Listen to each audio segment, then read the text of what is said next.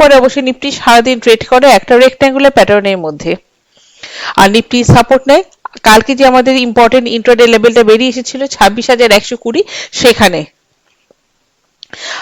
এই 26,120টা আজকের জন্য খুব important level. By chance Nifty যদি এই 26,120 লেভেলের নিচে ট্রেড করতে শুরু করে, সেই ক্ষেত্রে কিন্তু আমরা একটা শর্ট টার্ম সেলে যেতে পারি। আমাদের টার্গেট তখন বেরিয়ে আসতে পারে 26,050 এবং 25,990 লেভেলটা।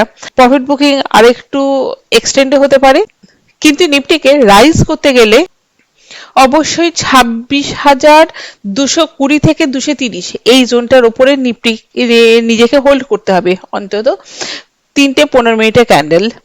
যদি এই লেভেলের উপরে নিফটি নিজেকে হোল্ড করতে পারে, তো সেক্ষেত্রে আমরা একটা বাই সাইড ট্রেড অ্যাক্টিভেট করতে পারি। আমাদের তখন টার্গেট বেরিয়ে আসতে পারে 26,310 এবং 26,400 লেভেলটাও। এটা গেল মোটামুটি আমাদের নিফটির রণনীতি। কিন্তু আমরা যদি এখন অপশন চেন দেখি, আমরা অপশন চেনে মোস্ট অ্যাক্টিভ কল এবং পুট সাইডের কন্ট্রাক্ট গুলোকে দেখতে পাবো যে 26,200 এবং 26,250 সব থেকে বেশি কল রাইটিং হয়ে রয়েছে, এবং 26,150 এবং 26,200 সব থেকে বেশি পুট রাইটিং হয়ে রয়েছে। তার মানে আমরা ধরেই নিতে পারি যে আগামীকাল নিফটি হয়তো একটা রেঞ্জ বাউন্ড ট্রেড আমাদের দেখাতে পারে। এই একই কথাটাকে সাপোর্ট করছে অপশন